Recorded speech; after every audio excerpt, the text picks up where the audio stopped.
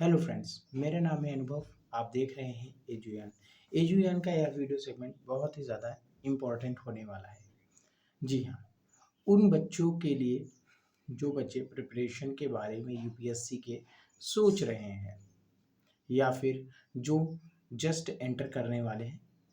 हर एक सिचुएशन को मैं बारी बारी से क्लियर करता चलूँगा, क्योंकि कुछ लोगों ने मेरे पास मैसेज किया हुआ था कि मतलब प्रिपरेशन रिलेटेड कुछ कैसे स्टार्ट में कैसे चलते हैं, या फिर कोई कोई मिडिल फेज में है प्रिपरेशन के, तो उसको आगे क्या करना चाहिए, ऐसे करके चीज़ें पूछा है। तो मैंने उनसे बोला था कि मैं एक डेडिकेटेड वीडियो इस पे बना दूंगा। तो शायद आज वो दिन आ गया है जब मुझे वो वीडियो बनाना है। तो मैं बैठा हूँ कैमरे के सामने और वीडियो बना रहा हूँ। तो सबसे पहले तो स्टार्ट करते एकदम शुरू से। जैसे मान लीजिए आप ग्रेजुएशन में हो, तो ग्रेजुएशन में हो और आप यूपीएससी करने के बारे में सोच रहे हो। आप ग्रेजुएशन में हो और यूपीएससी के बारे में सोच रहे हो, आइदर आप फर्स्ट ईयर में हो, सेकेंड ईयर में हो, फिर थर्ड ईयर में हो, आप किसी में हो। अगर आप ग्रेजुएशन में हो और इस बारे में सोच रहे हो और मेरा ये वीडियो देख रहे हो, तो आप बहुत सही जगह हो अभी। रीज़न ये है, आपके पास ग्रेजुएशन में एनसीईआरटी है पढ़ने को।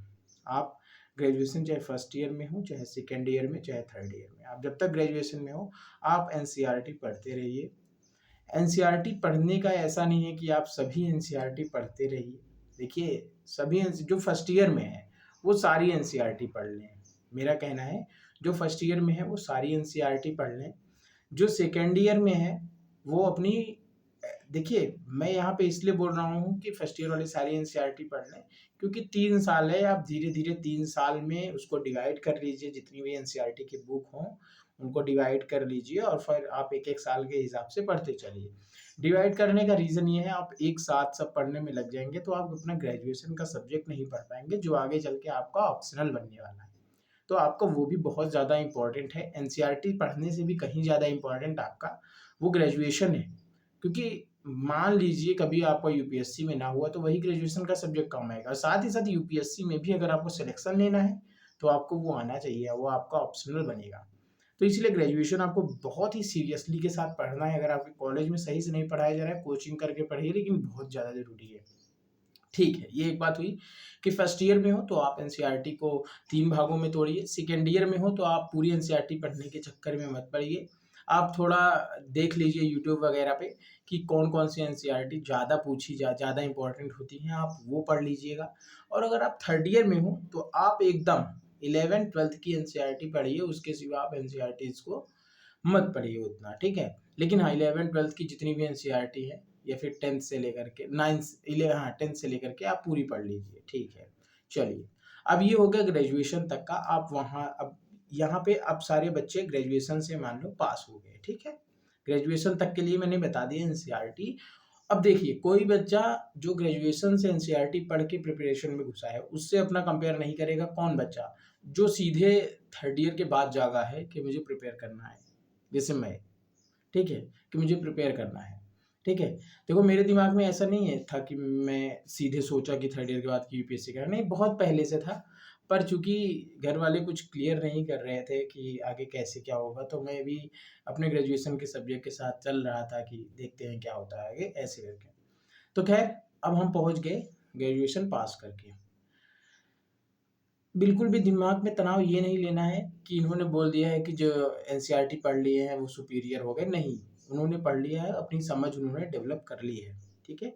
अब ऐसे में क्या होगा, देखिए, ग्रेजुएशन में हम सभी अपना सब्जेक्ट इंग्लिश में ही पढ़ते हैं, ठीक है। मैं आर्ट साइड की बात नहीं कर रहा हूँ, मैं इधर साइंस वालों की मैं अगर बात करूँ। देखिए, आर्ट वालों का तो बैकग्राउंड ही वही होता है, उनका तो लाभ ही लाभ है भाई, कोई दिक्कत की बात नहीं उनके लिए। उनका सब्जेक्ट है वो, आगे चल के जीएस में उनको काम आएगा। मैं थोड़ा साइंस वालों का यहाँ जिक्र कर दूँ कि भाई देखिए, आप पूरा इंग्लिश में पढ़े रहते हैं। देखिए, अगर आप एनसीईआरटी वगैरह अपना पढ़ के डेवलप रखेंगे अपने आप को, ठीक है, अगर आप ग्रेजुएशन में वीडियो देख रहे हो तो भाई ये अच्छा है कि आप या तो इंग्लिश में या तो हिंदी में आप अपना प्रिपरेशन स्टार्ट कर सकते हो। देखिए, लेकिन अगर आप सपोज करिए अब सब लोग आ जाते हैं ग्रेजुएशन के आगे, हमने स्टार्ट शुरू किया पढ़ाई अपना, लेकिन याद रखना है पढ़ाई शुरू करने से पहले, ग्रेजुएशन के बाद यूपीएससी अब पढ़ना है मुझे, ठीक है। मान लो ग्रेजुएशन आपने अप्रैल में खत्म किया, तो अब अप्रैल से मुझे थर्ड ईयर खत्म होते ही शुरू कर देना है यूपीएससी। ऐसे में ध्यान देना है, एक बात को एकदम अच्छे से ध्यान देना है। क्या ध्यान देना है? ध्यान ये देना है, टिक टिक टिक टिक टिक, आ जाओ सब लोग, जल्दी जल्दी, ध्यान देने की बात आई। ध्यान ये देना है कि आपको अपनी प्रिपरेशन के स्टार्टिंग में ले करके चलना है ये चीज़ कि सब्जेक्ट आपको कौन सा लेना है। देखिए, सब्जेक्ट कह रहा हूँ मैं, लैंग्वेज आपको कौन सी प्रेफर करनी है। देखिए, हम अगर आप सीबीएसई से पढ़ के, आप बेशक आप सीबीएसई आईसीएसई इन सब से पढ़े हो, आप सीधे क्या करते हैं, आप सीधे अपना इंग्लिश में कीजिए। अगर आप इंग्लिश में कंफर्टेबल है, हमेशा से इंग्लिश पढ़ते आए, तो आप इंग्लिश में रहिए।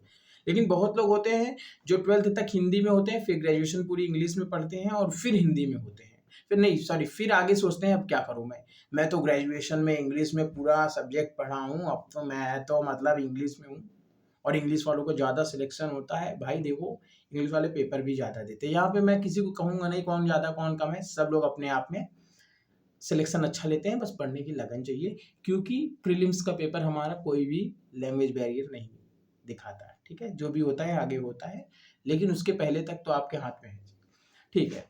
तो अब सबसे पहले आपको सब्जेक्ट कौन से लैंग्वेज से आपको लेना चाहिए, तो ये चीज़ आप अपने आप से पूछिए कि आप क्या इंग्लिश में अगर पढ़ोगे हिस्ट्री, ज्योग्राफी, पॉलिटी को, तो क्या आप सीधे समझ लोगे, ऐसे इंग्लिश पढ़ा समझ लिया, या फिर आप समझोगे, साथ में आपके साथ लैंग्वेज का भी एक प्रॉब्लम रहेगा और समझना भी एक प्रॉब्लम रहेगी। तो ये सब देखते हुए अपना लैंग्वेज सेलेक्ट करिएगा। मैं बस यही बोलूँगा, आप वही लैंग्वेज में आगे बढ़िएगा जिस लैंग्वेज में आप इतने कंफर्टेबल हो। क्योंकि अब आपके पास, अब ग्रेजुएशन खत्म, अब आपकी हो गई है, अब आप सीधे मतलब आपके पास उतना टाइम नहीं है लाइफ में, तो अभी आपको क्या करना है, सीधे वो सब्जेक्ट लेना है जिसमें आपको भाई सीधे आपने पढ़ा, टीचर ने लाइव में पढ़ाया आपको तुरंत समझ में आ गया, आपने तुरंत लिख लिया है चीज़ों को, ठीक है। ऐसे ही भाषा को आपको चुनना है, ठीक है।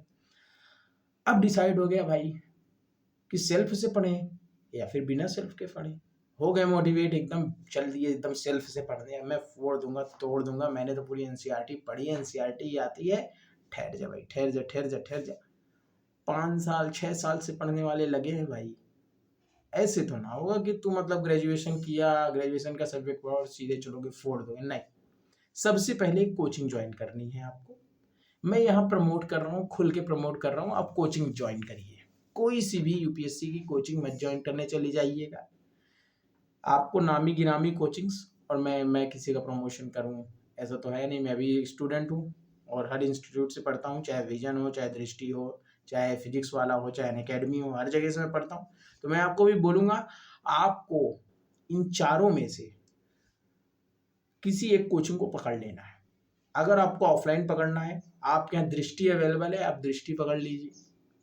अगर आप पैसे वाले हो, अगर आप पैसे वाले नहीं हो तो फिजिक्स वाला पकड़ लीजिए, या फिर आप अनअकैडमी, हाँ आप खान सर पकड़ लीजिए ऑफलाइन में। और ऑनलाइन में तो भाई आपको फिजिक्स वाला, या फिर स्टडी आईक्यू भी एक ऑप्शन आ जाता है, आप स्टडी आईक्यू भी एक अच्छी है, और अनअकैडमी, इन तीनों में से कोई भी पकड़ लीजिए भाई, जहाँ आपको सस्ता पड़े। अगर आप पैसे की, देखो मैं पैसे को ज़्यादा ध्यान देने वाला हूँ, तो हम सब मिडिल क्लास वाले हैं तो पैसे ध्यान देंगे, तो जहाँ कम में पढ़ाया जाए भाई पढ़ लो, क्योंकि टीचर्स हर जगह वही पढ़ाते हैं। जैसे मैंने जिनसे बायजूस में पढ़ा था, कुछ टाइम के बाद तो मुझे खान रिसर्च सेंटर में देखने को मिला, तो ठीक है, समझ में आया। अरे मतलब मैं वही केजीएस जो है उसी को बोल रहा हूँ, ठीक है। तो आप अपने पैसे के हिसाब से, हर चीज़ के हिसाब से नाप तोल करके, कोचिंग सारी बराबर है याद रखना, हर में टीचर अच्छा है, सब में अच्छा पढ़ाएगा, और एक खुद के एक्सपीरियंस के साथ आपको चीज़ें नॉलेज होता जाएगा। सब कोचिंग याद रखना, दृष्टि, स्टडी आईक्यू, फिजिक्स वाला, अनअकैडमी, ये सब जितनी है ये सब एक्सीलेंट कोचिंग है। आप किसी में भी किसी भी टीचर से जा करके पढ़ाई कर सकते हैं, ठीक है। अब आपने ज्वाइन क्या करना है, सर मैं तो जाऊंगा 1 साल का ले लूंगा, नहीं। आपको जाना है 18 से 24 महीने वाली कोचिंग को ज्वाइन करना है, जो आपको 18 या फिर 24 महीने का सब्सक्रिप्शन देगी। याद रखिए, 40,000 से ज़्यादा रुपए आप मत खर्चा करिएगा अगर आप मिडिल क्लास के हो। कोई कोचिंग, आपको बहुत सारी कोचिंग है 24-24 हज़ार में दे रही हैं 2-2 साल का, ठीक है। तो देख लीजिएगा, अपने हिसाब से ले लीजिएगा। एक टैबलेट अपने पास रखिएगा पढ़ाई के लिए, और वो किताबें देंगी कोचिंग वाले, ठीक है। ठीक है, आपके पास मटेरियल आ गया, सब कुछ कंटेंट आ गया, 24 महीने या फिर 18 महीने का आपके पास अब कोर्स अवेलेबल हो गया। पहला काम ये करना है, सेल्फ के चक्कर में नहीं घुसना है। सेल्फ जो महान है भाई, जो बॉडी बिल्डर है, वो जाएंगे अपना सेल्फ में बनाएंगे, आपको नहीं बनाना है। ठीक है, आप ठहरे कोचिंग वाले, आप कोचिंग करोगे। बिना कोचिंग के भाई देखो, कटु सत्य बोलूं, मोटिवेशन के लिए कुछ का हो जाता है, पर भाई बिना कोचिंग के, मार्गदर्शन के होगा नहीं, आपका याद रखना। एक्सेप्शन भाई हो जाए तो मुझे मत गाली देना। फिर सुनो, यहाँ पे मैं स्ट्रेटजी बताने आया हूँ, मैं भूल जाता हूँ।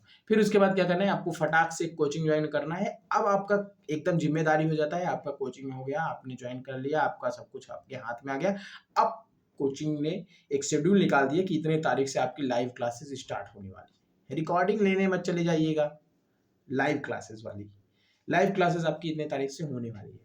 आपको सबसे पहले फोकस करना है स्टार्ट के 5 महीने। मान लीजिए, अब मैं एक एग्जांपल के तौर पे लेता हूं, मान लो मैं अप्रैल 2022 में कोचिंग ज्वाइन किया पहली बार यूपीएससी के लिए।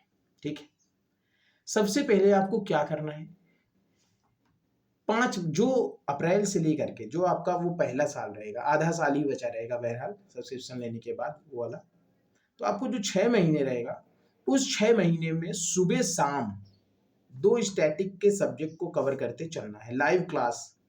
ऐसा नहीं, आपको, मैं ज्यादातर कोचिंग को जानता हूँ, सुबह शाम आपको दोनों एक लाइव क्लास मिलेगी। ठीक है, आपको कुल मिला के वो 6 महीने के अंदर टारगेट ये रखना है कि कोचिंग के लाइव क्लास से, ठीक है, सारे स्टैटिक सब्जेक्ट जैसे पॉलिटी हो गए, ज्योग्राफी हो गए, इकोनॉमिक्स हो गए, ठीक है, साइंस टेक हो गया, ठीक है, ये सब जितने हैं, हिस्ट्री हो गया, ठीक है, ये सब जितने सब्जेक्ट हैं आपको एक एक बार सभी को कंप्लीट कर लेना है। मतलब टीचर लाइव में आया, मान लो जैसे मेरे में ऐसा होता था, मैंने बैजूस से किया था, तो ज्योग्राफी जैसे मान लो मेरा स्टार्ट है, सुबह ज्योग्राफी चलता है, शाम को मान लो मेरा इकोनॉमिक्स चल रहा है। तो क्या होता था, सुबह ज्योग्राफी किया, दोपहर में जो ज्योग्राफी पढ़ा था उसका रिवीजन किया, शाम को इकोनॉमिक्स किया, रात में सोते वक्त जो इकोनॉमी पढ़ा था उसका रिवीजन किया। ठीक है, ये पैटर्न होता था। ऐसे पैटर्न को फॉलो करते हुए आपको शुरू के 6 महीने में सारे स्टैटिक सब्जेक्ट कंप्लीट कर लेने हैं। याद रहे, नोट्स जो आप बनाओगे वो नोट्स ट्राई करना लाइव में बनाने की। लाइव में अगर ना बने तो मैंने क्या बोला, सुबह से शाम की क्लास के बीच में गैप है तो सुबह वाली क्लास का नोट्स बीच के गैप में बना लीजिए। ये मत सोचिए कि यार मैं तो नोट्स ही बना रहा हूँ दिन भर। आपका काम ही वही है, नोट्स ही बनाना है आपको, क्योंकि नोट्स बनाओगे याद होगा, दो काम होगा। फिर शाम वाली क्लास करके उसकी रात को नोट्स बना लीजिए, या फिर लाइव क्लास के साथ बनाने की ट्राई करिए। जहां ना बने बीच में गैप छोड़ दीजिए, बाद में उसको पीडीएफ जो एनोटेशन पीपीटी मिलेगी एनोटेड वाली, उससे आप बना लेना। ठीक है, आपको अपने नोट्स तैयार करते जाना है और आपको रिवीजन मारते जाना है, सिर्फ वही 2 सब्जेक्ट स्टैटिक के। आपको शुरू के 6 महीने बस यही करना है। एक काम एक्स्ट्रा अगर आप कर लोगे तो मैं आपको बहुत आभारी होऊंगा, और आप खुद के भी बहुत आभारी होगे। आपको ना द हिंदू न्यूज एनालिसिस किसी भी चैनल पे चले जाओगे, आपको सब पे मिल जाएगा, चाहे वो अनअकैडमी हो चाहे स्टडी आगे हो, कहीं भी मिल जाएगा। स्टडी लवर वीर नाम के एक सर हैं, बहुत अच्छा डिस्कस करते हैं, आप उनसे भी देख सकते हो। तो आपको क्या करना है, डेली 1 घंटा बैठ करके ऐसे मोबाइल खोल लेना है, टैबलेट खोल लेना है, वीडियो चला लेनी है और सुनते रहना है देश दुनिया में हो क्या रहा है। आपको कुछ नोट्स बनाने की जरूरत नहीं है शुरू के 6 महीने, आप बस सुनते रहिए देश दुनिया में चल क्या रहा है। अच्छा अच्छा, ठीक है, चलता हूँ मैं, अपनी शाम वाली क्लास स्टार्ट होने वाली है, तुरंत शाम वाली क्लास में पहुंच गए और कर लो। तो ऐसे आपको बस चलते जाना है। आपको शुरू के 6 महीने में अपनी सारी जितने भी आपको क्लास स्कूल कोचिंग वाले आपको लाइव क्लासेस देंगे, सबसे कवर करते, सब लाइव क्लास को करते जाना है, एक भी लाइव क्लास छोड़नी नहीं है, और उसके बाद उनकी नोट्स बनाते चले जाना है। नोट्स कैसे बनाएंगे, सबसे बड़ी प्रॉब्लम नहीं आएगी, क्योंकि जितने भी टीचर पढ़ाएंगे आपको सब एक्सपीरियंस रहेंगे, सब रहेंगे, सबको नोट्स बनवानी आती है, सब पढ़ाएंगे, आपको बताएंगे बेटा देखो जैसे ये हो गई पृथ्वी, और आपको कुछ पृथ्वी से रिलेटेड जानकारी देनी है तो आप पोथी मत लिखने बैठ जाइएगा, ठीक है ना। सीधी बात है, आपको फ्लो चार्ट वाली नोट्स बनानी है, एरो वाली, समझ गए ना, फटाफट नोट्स, फटाफट। ये होती है तरीका नोट्स बनाने का तरीका, सिर्फ एरो एरो। मान लो जैसे कि मैं फॉर एग्जांपल कुछ बोलूँ आपको, हाँ, जैसे मान लो यही दे दिया कि मुगल काल के कौन कौन से हमारे एम्परर, ठीक है, कौन कौन से हमारे राजा थे। तो क्या हुआ, एक हो गया ये थे, फिर इनके बाद ये आए, इतने सन, हम ऐसे ही लिखने में लग जाते हैं, तो ये लेंदी दिखता है। लेकिन वहीं पे हम एक एरो लगा दिए, भाई ये हो गया, ये हो गया, हुमायूं के थे बेटे बाबर, अस्करी इंदाल। तो ऐसे लाइन से लिखने के बजाय हमने ऐसे ऐसे कर दिया। समझ गए कि नहीं? तो सॉरी, बाबर के बेटे थे वो, ठीक है, ठीक है। फिर उसके बाद क्या हुआ, इस तरीके से आपको आगे अपना सारा नोट्स बना लेना है, चाहे वो आपका पॉलिटी हो, चाहे वो आपका इकोनॉमिक्स हो, चाहे वो आपका ज्योग्राफी हो, चाहे आपकी हिस्ट्री हो, चाहे आपका आर्ट एंड कल्चर हो, चाहे आपका साइंस, सॉरी यार, चाहे वो आपका साइंस टेक हो, तो सबकी आपको नोट्स बना लेनी है शुरू के 6 महीने। अब मान लीजिए कि मैं अपना एग्जांपल देते हुए आपको समझाता चलूंगा, ठीक है। फिर मान लो मैंने अप्रैल 2022 में सब्सक्रिप्शन लिया किसी कोचिंग का, अब आप अपना उसी हिसाब से देख लीजिएगा। फिर मैं 2023 की जनवरी 1 को, ठीक है, 6 महीने हो चुके हैं मुझे और मैं सारी स्टैटिक सब्जेक्ट कर चुका हूँ। अब मेरे पास आए 18 महीने, 24 महीने का 6 महीने मैंने यूज कर दिया, अब आए 18 महीने, और ये 18 महीने होते हैं हमारे प्रिपरेशन के सबसे हार्डकोर महीने, ठीक है। अब क्या होता है, हमें पहले ही दिन से 18 महीने में का जब पहला दिन स्टार्ट होगा हमारा, यानी जनवरी 1 2023 से जैसे मैंने स्टार्ट किया, वैसे मान लीजिए आप 2025 के अप्रैल से, इसी अप्रैल से आप सब्सक्रिप्शन ले रहे हैं, तो याद रखिए आपको 2025 के अप्रैल से लेकर दिसंबर 2025 तक आपको सिर्फ स्टैटिक सब्जेक्ट अपना कंप्लीट करना है, आपको नोट्स बनाने पे ध्यान देनी है, ठीक है। फिर अब जैसे ही नेक्स्ट, जैसे आप 2026 की 1 जनवरी को पहुंचोगे, चलो मैं यही एग्जांपल दे देता हूं, आप 2026 की 1 जनवरी को पहुंचोगे, आपको क्या करना रहेगा, तुरंत से द हिंदू को, जो आप सिर्फ बैठ के कथा जैसे सुन रहे थे, उनको आपको नोट्स बनाते चलनी है, फ्लो चार्ट वाली। टीचर बताएगा जो भी पेपर में, ऐसे आप उनको ऐसे हेडिंग डाला, ये ये इसकी न्यूज है, ये इसकी न्यूज है, टोटल आज दिन भर में इतनी न्यूज आई, ठीक है। अब देखो इनका तरीका, न्यूज लिखने का तरीका जान लो।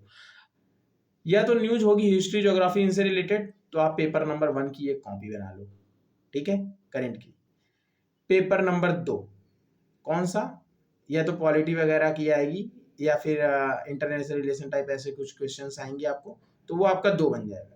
थर्ड आएगा भाई आपका क्या, इकोनॉमिक्स से रिलेटेड चीजें होंगी, तो आपको तीसरी कॉपी, 3 कॉपी बना लेनी है आपको, 1 2 3। और न्यूज, जैसे मान लो सर पढ़ा रहे हैं और उसमें कुछ इकोनॉमिक की चीज आ गई, तो खट से जाओ वो न्यूज इतने तारीख को आया है, इस पेज नंबर, मतलब सॉरी, इतने तारीख को आया है, इस वाले पेपर से रिलेटेड है, ठीक है। सिलेबस याद रखना, तभी पता चलेगा आपको, ठीक है, सिलेबस याद रखना। फिर इसके बाद इसी तरीके से आपको अपने पास नोट्स रखनी है जब भी आप द हिंदू का एनालिसिस करोगे, ठीक है। एक काम ये आपको करने लगना है पहले ही दिन से, 18 महीना जैसे ही स्टार्ट होता है आपका, पहले दिन से ये काम शुरू करोगे। साथ ही साथ आप ये करोगे कि अपना जो भी स्टैटिक सब्जेक्ट आपने नोट्स बनाई है, वीडियो से कंप्लीट किया है, अब उनको अपनी नोट्स से पढ़ना स्टार्ट करोगे, ठीक है। 1 महीने में, मतलब जैसे मान लो 1 महीना है, ठीक है, आपका मान लो जनवरी का महीना चल रहा है, ठीक है, मान लो आपके 18 महीने बचे एग्जाम में, और उसका आपने 18वां महीना आपका चल रहा है, ठीक है। तो अब आपको क्या करना है, वहीं से आपको स्टार्ट ये कर देना है कि मंथ वाइज आपको एक स्टैटिक सब्जेक्ट चुनना है। जैसे मान लो मैंने चुन लिया कि भाई मुझे जनवरी 2026 में, ठीक है, मान लो मुझे 2027 में पेपर देना है, तो जनवरी 2026 में जो है मैं, ठीक है, मैं अपना जनवरी 2026 में मैं अपना मान लो हिस्ट्री पूरा तैयार करूंगा, ठीक है। तो आपको क्या करना है, एक टाइम पे आपको हिस्ट्री पढ़ना है, साथ ही साथ आपको मैंने बोला द हिंदू को एकदम सीरियसली लेना है, और साथ ही साथ आपको पीडीएफ से कंप्लीट, वो अपनी नोट्स जो बनाई है ना, उससे कंप्लीट करते चलना है आपको, एक स्टैटिक सब्जेक्ट और करंट स्टैटिक। और ध्यान रहे आपको करंट स्टैटिक के ही साथ चलना है, साथ में आपका जो ऑप्शनल सब्जेक्ट लेने वाले हो यूपीएससी में, उसका भी रख लेना एक डेट। यानी एक दिन में आपको सिर्फ 3 काम रहेगा, 3 काम। पहला काम आपको करंट अफेयर जो कि द हिंदू से मिल जाएगा। दूसरा काम आपको करना है क्या, और सुनो, करंट अफेयर द हिंदू से मिल जाएगा, जो करंट अफेयर पढ़ोगे उसी से रिलेटेड एक आंसर राइटिंग करनी है, ठीक है। फिर आप स्टैटिक सब्जेक्ट जो डिसाइड किए हो उस मंथ में खत्म करने को, वो करोगे, और साथ में उस स्टैटिक सब्जेक्ट से रिलेटेड एक उसका प्रीवियस ईयर में आया हुआ क्वेश्चन 2013 से स्टार्ट करना, ठीक है। और फिर साथ ही साथ तीसरा काम ये कि आपका ऑप्शनल सब्जेक्ट पढ़ना शुरू कर देना है। ये पढ़ के कि भाई 12 महीने में मुझे ये ऑप्शनल सब्जेक्ट बहुत ही अच्छे से तैयार कर लेना है, ठीक है। ऐसे आपको महीने के 25 तारीख तक करना है। कितने तारीख तक? 25 तारीख तक। सिर्फ 3 चीज, ऑप्शनल, करंट अफेयर, एक स्टैटिक सब्जेक्ट। आपको महीने की 25 तारीख तक, 25 दिन तक आपको ये करना है। जब आप 25वें दिन पे होंगे तो आप ये ध्यान रखिए कि आपने जो स्टैटिक सब्जेक्ट डिसाइड किया था उस मंथ में पढ़ने को कॉपी से अपने, वो आपका पूरा पढ़ा जा चुका है। फिर आपने जो डिसाइड किया हुआ था करेंट अफेयर, आप उसको डेली फॉलो कर पा रहे हो। आपने अपना जो डिसाइड किया था ऑप्शनल, आप उसको पढ़ पा रहे हो। अब लास्ट की 5 दिन पूछोगे क्या करना है? 5 दिन ये करना है, योजना और कुरुक्षेत्र की जो मैगजीन है उसको आपको पढ़ लेना है, एक एक अक्षर, समझ गए ना? 60-60 पेज की होती है, पूरा पढ़ लेना है। उसको पढ़ने से क्या होगा, आपसे आंसर राइटिंग में गलतियां कम होंगी, आपके आंसर राइटिंग करने की क्षमता बढ़ेगी। अभी मैं आंसर राइटिंग पे बात करूंगा, ठीक है, ये वीडियो थोड़ा लंबा जाएगा। फिर इस तरीके से 5 दिन और सुनो, जो योजना कुरुक्षेत्र में पढ़ो तो पढ़ो अपने आंसर राइटिंग के लिए, ठीक है। आंसर राइटिंग को ध्यान में रखे कि भाई मेरे मेंस के पेपर में ये काम आएगा, ठीक है। और पढ़ो और उसमें से जो फैक्ट्स हो उनको निकाल करके नोट्स बना लो, नोट्स बना लो, हाँ, ठीक है। तो ऐसे आपका एक एक महीने बढ़ता चला जाएगा। आपने एक महीने एक सब्जेक्ट को कंप्लीट किया, अगले महीने दूसरे को। करंट अफेयर में आपका योजना कुरुक्षेत्र और द हिंदू चलता रहेगा, ठीक है। आप पहली बार पेपर देने जा रहे हो, याद रखना, पहली बार देने जा रहे हो तो आपको एडिशनल और कहीं से भी करंट अफेयर मिल रहे हैं, जैसे प्रेस इंफॉर्मेशन ब्यूरो से भी मिल रहा है, अगर पीआईबी से तो वहां से भी आपको ले लेना है। कोई यूट्यूब पे ऐसा सेशन ले रहा है जिसमें वो बोल रहा है कि पूरी जनवरी, पूरा उस मंथ में आया हुआ करंट अफेयर आइए एक दिन में पढ़ते हैं, तो ऐसे भी एक आध वीडियो दो आपको देखने हैं। क्योंकि देखो, जब हम पहली बार पेपर देने जाते हैं तो हमें सिर्फ नॉलेज चाहिए होता है। पहली बार पेपर मतलब जितना भर के नॉलेज ले सको ले लो, ये नॉलेज का ही टाइम है, क्योंकि उस वक्त आपको अपनी बुद्धि का विकास करना होता है, ठीक है। अब आप धीरे धीरे प्रिपरेशन करते चले जा रहे हो, ठीक है। 18 महीने, 17 महीने, 16 महीने, 15 महीने, 14 महीने। अब आपका हर महीने के साथ क्या कंप्लीट हो रहा है उस पर बात करते हैं। हर बीतता महीना आप देखोगे कि आप अपने स्टैटिक सब्जेक्ट को अपने नोट्स से पढ़ पा रहे हो। एक एक बार नहीं, 2-2 बार रिवीजन हो चुका है, 3-3 बार हो चुका है। चीजें अब दिमाग में आ गई हैं, आने लगी हैं, ठीक है। साथ ही साथ आप daily answer writing, 2 answer writing करना है, एक करंट पे बेस्ड रहे, एक आपके स्टैटिक सब्जेक्ट पे। तो आप 2-2 आंसर राइटिंग भी करते जा रहे हो। हर मंथ में आप 60-60 आंसर राइटिंग कर रहे हो। मंथ के लास्ट में क्या कहते हैं, उस जो जो स्टैटिक सब्जेक्ट डिसाइड किए हो उससे रिलेटेड एमसीक्यू के भी क्वेश्चन लगाए जा रहे हो। तो इससे आप हर महीने अपने आप से, अपने आप के ही कंपेयर में आप ऊपर उठते चले जा रहे हो, ऊपर उठते चले जा रहे हो। देखो, यहाँ पे एक बात आएगी, जब आप पहुंचोगे 12 महीने पे, यानी फिर से अब आपके पास बचा है इस अप्रैल से लेके अगले अप्रैल तक का समय, 1 साल का आपके पास समय बचेगा। तो इस सिचुएशन में क्या करना है, अपना एक टाइम टेबल बनाना है, ठीक है। एक टाइम टेबल बनाना है, थोड़ा टाइम टेबल फ्लेक्सिबल रहे, ज़्यादा सख्त ना रहे, लेकिन हाँ उसमें पढ़ाई का अमाउंट 10 घंटा रहना चाहिए, ठीक है। अब आपको 10 घंटे की पढ़ाई वाला एक शेड्यूल बनाना है। ऐसा नहीं कि अब किसी दिन 8 घंटे पढ़ लिए तो मर जाओ, नहीं, 10 घंटे का आप एक फ्लेक्सिबल शेड्यूल बनाइए। और अब आप क्या करिए पता है, वही चीज़ें फिर रिपीट करिए। कोई कोई नई ट्रिक नहीं है, आपको वही चीज़ बस रिपीट करते जानी है। करंट के साथ अपडेट रहना है और अपनी जो नोट्स बनाई है ना, उससे बार बार आपको स्टैटिक सब्जेक्ट अपना अपने हिसाब से कवर करिए। भाई मेरे बोलने से, अगर मेरे ये बोलने से कि आप जैसे जनवरी में एक सब्जेक्ट कवर करिए स्टैटिक का, फिर फरवरी में एक करिए, मार्च में एक करिए, तो समझ रहे हो ना, तो आप ये से कहोगे, या फिर मैं जनवरी वाला फिर भूल गया। तो इसीलिए मैं कह रहा हूँ अपने हिसाब से तैयार करो भाई उस चीज़ को, ठीक है। आप अगर भूलना भाई सबके लिए है, ठीक है, भूलना सबके लिए है। अपने हिसाब से डिसाइड करो कि भाई आपको जितनी बार हो सके आपको अपनी वो जो नोट्स आपने बनाई है, जो आपने स्टार्ट के 6 महीने तैयार करके बनाई है, वो नोट्स आपको आपके दिमाग में एकदम याद होनी चाहिए वो नोट्स, क्योंकि वो स्टैटिक है, वो बेस है। जब हम आगे बात करते हैं, याद रखना जब हम प्रीलिम्स का पेपर देने जाते हैं तो वो स्टैटिक सब्जेक्ट हम जितनी बार पढ़ेंगे ना, उससे हमारी जो समझ विकसित होगी, वही समझ वो वहाँ पे काम आएगा। यूपीएससी के एग्जाम में, पीसीएस का एग्जाम नहीं है ये यूपीएससी का एग्जाम है, यहाँ पे वही काम आएगा। तो मैं बात करता हूँ कि अब हमारे प्रिपरेशन का मान लो बचा है 1 साल, तो फिर से हमें वही प्रोसेस करना है। क्या आपको वैसे ही आपको योजना पढ़ते रहना है, आपको वैसे ही द हिंदू पढ़ते रहना है, आपको वैसे ही क्या कहते हैं पूरा स्टैटिक सब्जेक्ट को पढ़ते रहना है। और ये प्रोसेस आप, हाँ, आपको आंसर राइटिंग लिखना है, और साथ ही साथ अगर आप अपना ऑप्शनल नहीं पढ़ोगे तो बाद में दिक्कत में आ जाओगे, इसलिए ऑप्शनल भी पढ़ते जाना है। तो याद रहे, हमें 18 महीने जब हमारा शुरू होता है तो 18 महीने से लेकर के 6 महीने तक पहुंचने तक, मतलब हमको लगातार 1 साल तक कौन सा प्रोसेस करना है पता है पढ़ाई में। स्टार्ट के 6 महीने में क्या करना था, याद है? स्टार्ट के 6 महीने में हमको पूरा स्टैटिक सब्जेक्ट अपना कवर करना था, जो जीएस के सब्जेक्ट्स हैं हमारे, ठीक है, जीएस 1 के। फिर बाद के बीच का जो 1 साल है, 24 महीने में 12-12 महीने होते हैं, तो 6 महीने हमने क्या किया बता दिया। अब 12 महीने, जो बीच का 12 महीना होगा यानी 1 साल होगा, उसमें हमको क्या करना है, उसमें हमको सिर्फ स्टैटिक सब्जेक्ट, करंट अफेयर में हिंदा हिंदू, योजना कुरुक्षेत्र वगैरह, और साथ में साथ ऑप्शनल और हमारी आंसर राइटिंग, ठीक है। ये 4 चीज को डेली डेली करते हुए चलना है। यार ये बताओ, अगर आप डेली 2 आंसर राइटिंग करोगे और स्टार्टिंग फेज में हो, आंसर राइटिंग कितना भी हो भाई आपका, वो 1 घंटा ले लेगा। टाइम पे मत जाना कि 1 घंटों में 2 आंसर राइटिंग, नहीं, वो ले लेगा, ठीक है। अब बैठोगे, पेज निकालोगे, लिखोगे तो 2 घंटा ले लेगा भाई, वो आपके पढ़ाई में ही इंक्लूड कर दो। फिर भाई आपने कम से कम आपको 3 घंटे भाई, 3-3.5 घंटे आपको अपने उस पे देना है, स्टैटिक सब्जेक्ट पे।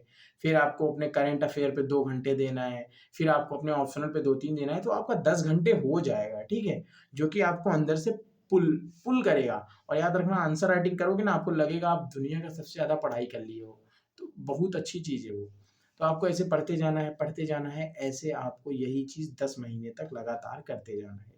आप जब दिसंबर में पहुंच जाओगे, जब आपका लास्ट का 6 महीना बचेगा, लास्ट का 6 महीना याद रखना, पेपर देने से जस्ट 6 महीने पहले, याद रखना ये सबसे इंपॉर्टेंट फेज होता है। जब आप पेपर से 6 महीने पहले खड़े होगे ना, तो आप मेरी तरफ देख रहे होंगे और सोच रहे होंगे कि मैंने क्या क्या कंप्लीट करवाया, उसके कहने से मैंने क्या क्या कंप्लीट किया। तो क्या क्या कंप्लीट कर चुके होंगे आप? कई दफा आपने अपना history, geography, polity, science tech पढ़ चुके होंगे, एकदम उसमें महारथी बने पड़े होंगे। महारथी नहीं तो कम से कम, बार बार भूल जाता है, मान लीजिए महारथी नहीं बने हो, फिर भी अच्छी खासी समझ रहेगी आपके अंदर। साथ ही साथ आप आंसर राइटिंग कर चुके होंगे, 365 दिन में कम से कम 365 तो कर ही लिए होंगे, 400 आंसर राइटिंग कर चुके होंगे, वो अलग ही मोटिवेशन।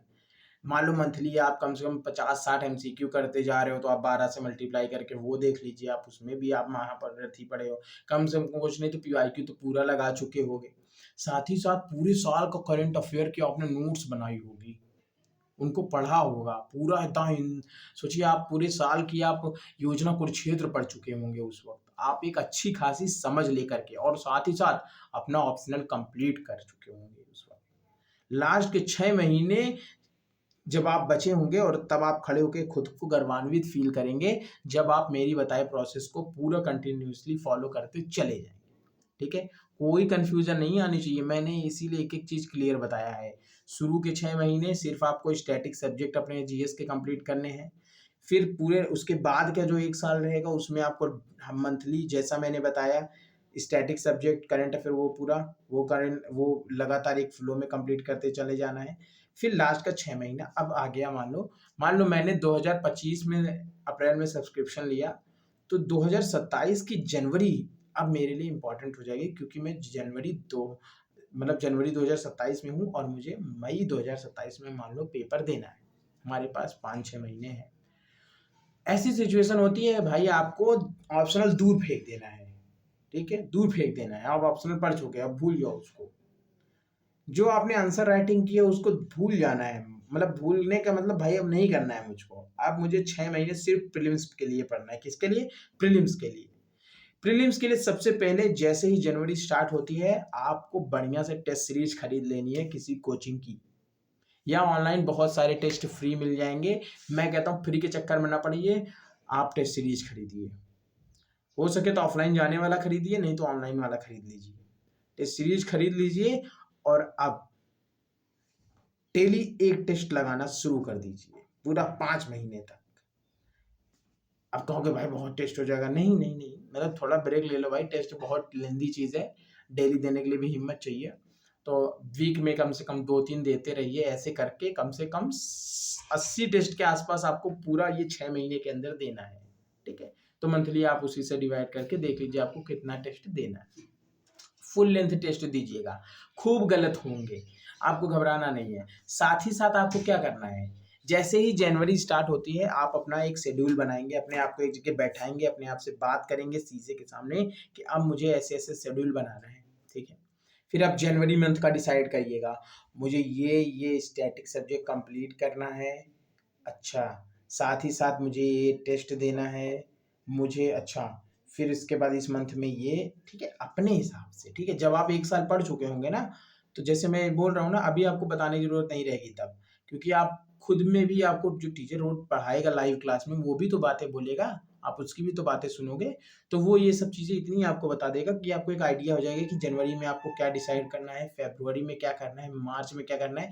बस याद रहे, जो भी डिसाइड करना भाई, लेकिन लास्ट के 6 महीने में 100 टेस्ट, 80 टेस्ट, 60 टेस्ट ये जरूर लगा लेना। अब मैं बताता हूँ, क्योंकि देखो सब्जेक्ट, और सुनो, इसका बिल्कुल टेंशन नहीं लेना है कि मैं कैसे वो पूरा 6 महीने में पूरा कैसे याद होगा। भाई देखो, करंट आपने पूरा साल पढ़ा है ना, लास्ट में जा करके ना बहुत सारी कोचिंग्स की क्लासेस चलती है, पूरे साल का करंट अफेयर, पूरे साल का करंट अफेयर। आपको अपनी नोट्स नहीं पलटनी है जो आपने बनाई है ना, उसी वीडियो को जा करके जो टीचर्स बना रहे हैं उन्हीं को जा जाके आप वीडियो, खाली टाइम कोई तो मिलेगा उसमें जा जाके आप वीडियो देखते रहिए, आपका कई बार रिवाइज हो जाएगा पूरे साल का करंट अफेयर। ठीक है, करंट अफेयर वहाँ से तैयार हुआ। स्टैटिक सब्जेक्ट आप अपना मंथली वाइज डिसाइड कर लीजिए कि इस मंथ में मुझे 2 कंप्लीट करना है, उस मंथ में मुझे 2 कंप्लीट करना है।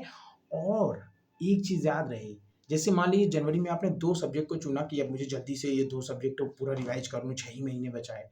तो आप क्या करना, वो 2 महीने जो महीने में आप दोनों सब्जेक्ट को रिवाइज करिएगा ना, उनको मन में बना लीजिएगा कि लास्ट टाइम पे मुझे एक बार में पूरा जल्दी से पढ़ लेना है।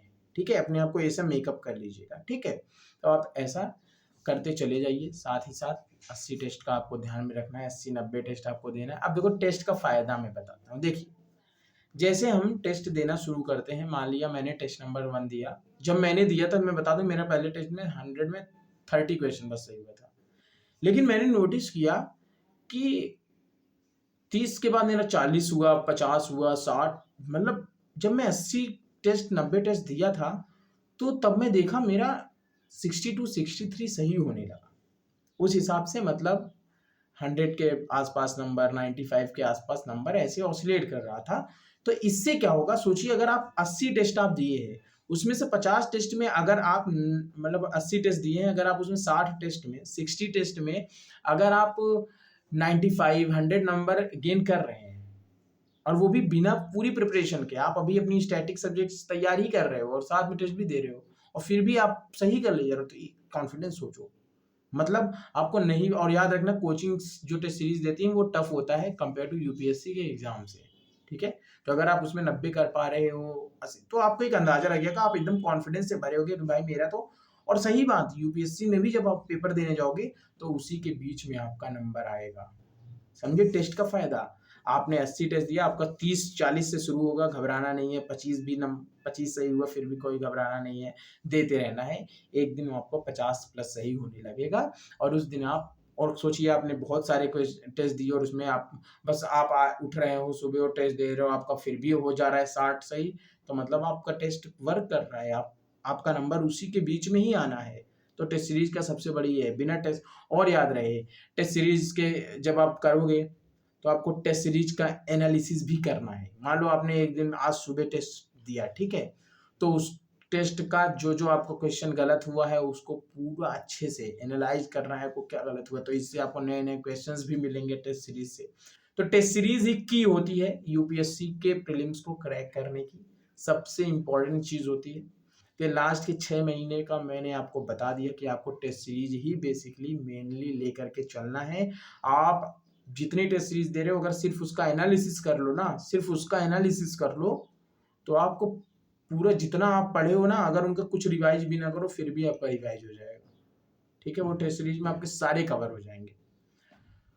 तो हाँ, अब समराइज कर देता हूँ बातों को कि भाई देखो, पढ़ाई करने के लिए सबसे पहली बात, ये जितनी भी चीज़ें हैं इनको फॉलो करने के लिए सबसे बड़ी चीज़ होनी चाहिए आप दिन में कितना फॉलो कर पाओगे इन चीज़ों को। फिर से बोलूँगा, ये बच्चों वाला शेड्यूल मत बनाना, फ्लेक्सिबल बनाना, ताकि अगर आपका 2-4 घंटा इधर उधर हो जाए तो आप आगे कवर कर लूँगा, या फिर ठीक है थोड़ा फ्लेक्सिबल है, थोड़ा फ्लेक्सिबल रखना ताकि खुद को तनाव ना हो। शीशे में बात करो तो खुद ही को थप्पड़ ना मारो, अपने आप से बात करो, उसको मैनेज करो, ठीक है।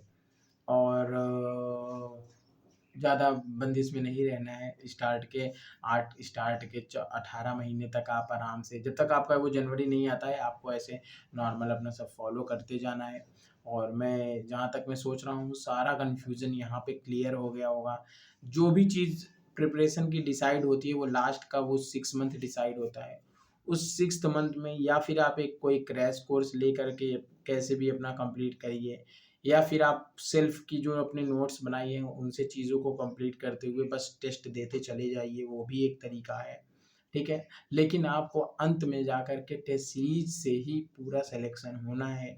टेस्ट सीरीज देने का बहुत बड़ा फ़ायदा होता है ये कि सपो आप क्या कहते हैं, आप मतलब आपके अंदर इतना कॉन्फिडेंस आ जाता है कि आपको जो चीज़ें नहीं याद रहती, मतलब मैं बता रहा हूँ, मैं एक टेस्ट दिया, ठीक है, मैं एक टेस्ट दिया और मैं बताऊँ वो आर्ट एंड कल्चर का था। ठीक है, मेरा आर्ट एंड कल्चर वगैरह का जो पोर्शन है थोड़ा वीक रहता है, क्योंकि इसमें क्या होता है आर्ट एंड कल्चर हिस्ट्री के इस पोर्शन से आप जितने पुराने स्टूडेंट होते हो उतना ज़्यादा बेहतर होता चला जाता है आपका। तो अभी मैं उतना पुराना नहीं हूँ तो थोड़ा प्रॉब्लम होती है। तो उसका क्वेश्चंस था, तो उसमें मैंने देखा कि मुझे 100 में ज़्यादा से ज़्यादा 25 क्वेश्चन आ रहे होंगे उसमें से। लेकिन क्या हुआ, मैंने वो पूरा 100 का 100 सॉल्व किया और सही कितने हुए, 60 क्वेश्चन सही हुए।